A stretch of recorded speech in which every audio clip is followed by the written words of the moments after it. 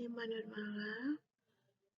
Di sini saya akan menjelaskan tentang manajemen farmasi rumah sakit.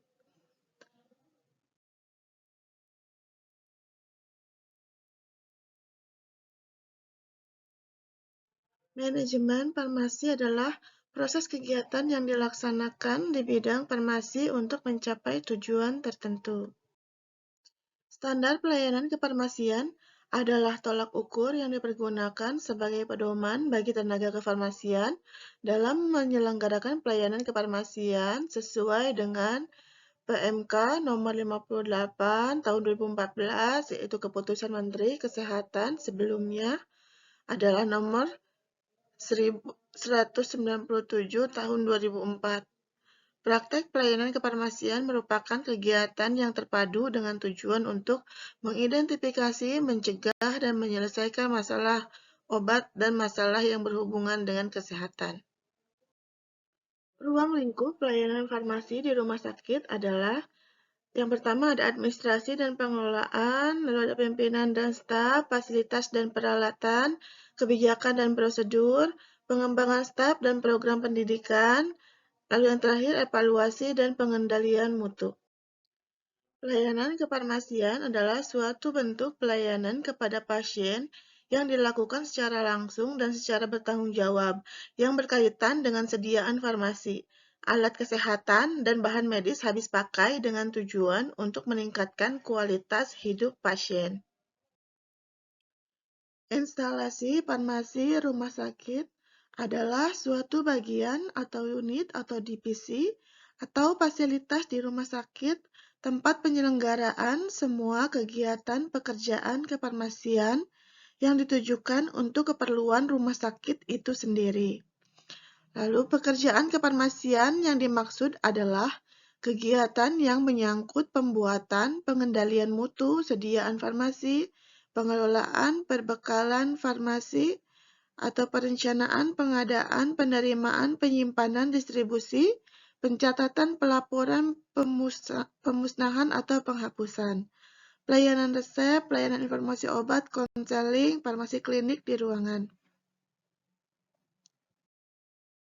Tugas IFRS yaitu melaksanakan pengelolaan, sediaan farmasi, dan pengelolaan perbekalan kesehatan. Lalu tanggung jawab IFRS yaitu mengembangkan pelayanan farmasi yang luas dan terkoordinasi dengan baik dan tepat untuk memenuhi kebutuhan unit pelayanan yang bersifat diagnosis dan terapi untuk kepentingan pasien yang lebih baik. Lalu fungsi IFRS yaitu sebagai unit pelayanan dan unit produksi. Unit pelayanan yang dimaksud adalah pelayanan yang bersifat manajemen, non-klinik, dan pelayanan farmasi klinik. Perencanaan produksi obat, yaitu seleksi atau pemilihan obat merupakan proses kegiatan sejak dari meninjau masalah kesehatan yang terjadi di rumah sakit, identifikasi pemeliharaan terapi, bentuk dan dosis, menentukan kriteria pemilihan dengan memprioritaskan obat esensial, standarisasi sampai menjaga dan memperbarui standar obat. Lalu tujuan perencanaan produksi obat adalah merencanakan produksi obat yang sesuai dengan kebutuhan rumah sakit. Penyimpanan dan pendistribusian obat. Penyimpanan harus dapat menjamin kualitas dan keamanan sediaan farmasi dan perbekalan kesehatan sesuai dengan persyaratan kefarmasian. Persyaratan kefarmasian yang dimaksud meliputi persyaratan stabilitas dan keamanan, sanitasi, cahaya, kelembapan, ventilasi, dan penggolongan jenis sediaan farmasi dan perbekalan kesehatan. Lalu ruang penyimpanan harus memperhatikan kondisi, sanitasi, temperatur, sinar atau cahaya, kelembapan, ventilasi, pemisahan untuk menjamin mutu produksi dan keamanan petugas. Lalu ada metode penyimpanan dapat dilakukan berdasarkan kelas terapi, bentuk sediaan, dan jenis sediaan farmasi dan perbekalan kesehatan dan disusun secara alfabetis dengan menerapkan prinsip first expired, first out atau FIFO, lalu first in, first out, FIFO, atau last in, first out, LIFO disertai sistem informasi manajemen. Penyimpanan sediaan farmasi dan perbekalan kesehatan yang penampilan dan penamaan yang mirip lasa atau look alike, sound alike, atau norum atau nama obat rupa ucapan mirip tidak ditempatkan berdekatan dan harus diberi penandaan khusus untuk mencegah terjadinya kesalahan pemberian obat.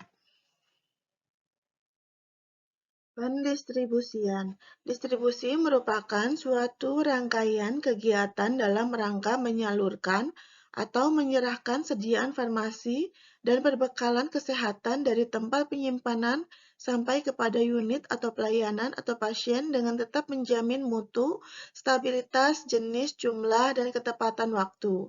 IFRS harus menentukan sistem distribusi yang dapat menjamin terlaksananya pengawasan dan pengendalian persediaan farmasi dan perbekalan kesehatan di unit pelayanan.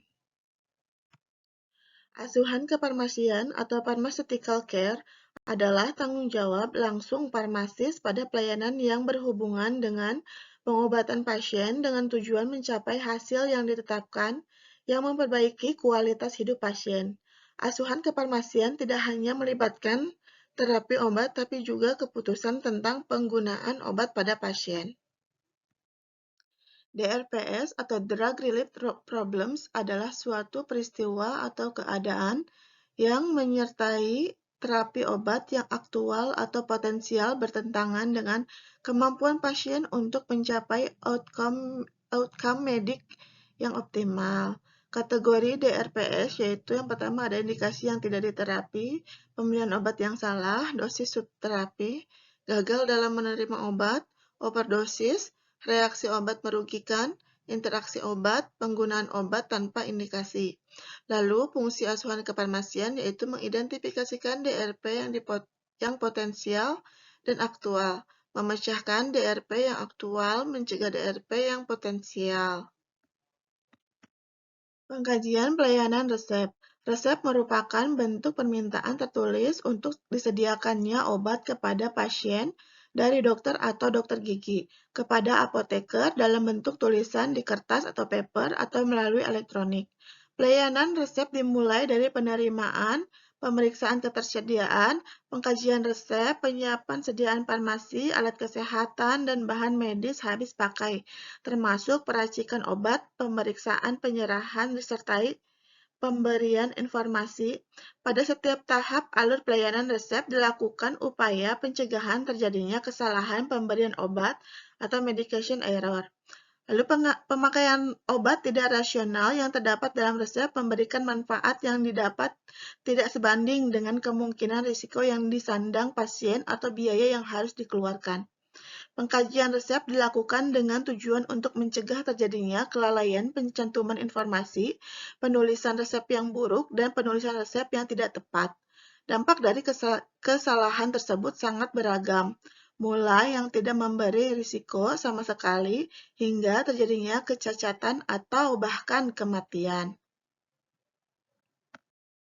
Pemantauan dan evaluasi penggunaan obat. Pemantauan terapi obat atau pemantauan merupakan metode yang digunakan untuk keperluan pengawasan atau pengendalian serta bimbingan dan pembinaan. Melakukan pemantauan penggunaan obat mempunyai dua komponen aktif, yaitu yang pertama pengawasan dan pengendalian, yang kedua membina dan membimbing pelaksanaan pengobatan. Lalu pemantauan obat dapat dilakukan dengan dua cara, yaitu yang pertama secara langsung dan secara tidak langsung. Evaluasi penggunaan obat. Salah satu cara untuk melakukan evaluasi penerapan penggunaan obat rasional adalah dengan cara pemantauan dan evaluasi. Monitoring yang terus-menerus akan menghasilkan ketersediaan obat yang sesuai dan kebutuhan sehingga mencapai penggunaan obat yang rasional. Monitoring efek samping obat. Efek samping adalah efek obat yang tidak dikehendaki yang merugikan atau membahayakan pasien atau adverse reaction dari suatu pengobatan. Obat mempunyai kemungkinan untuk menyebabkan efek samping. Oleh karena itu, seperti halnya efek farmakologik, efek samping obat juga merupakan hasil interaksi yang kompleks antara molekul obat dengan tempat kerja spesifik Dalam sistem biologi tubuh, banyak bukti menunjukkan bahwa sebenarnya efek samping obat atau ESO dapat dicegah dengan pengetahuan yang bertambah. Cukup sekian materi manajemen farmasi rumah sakit dari saya. Semoga bermanfaat. Kurang lebihnya saya mohon maaf. Terima kasih.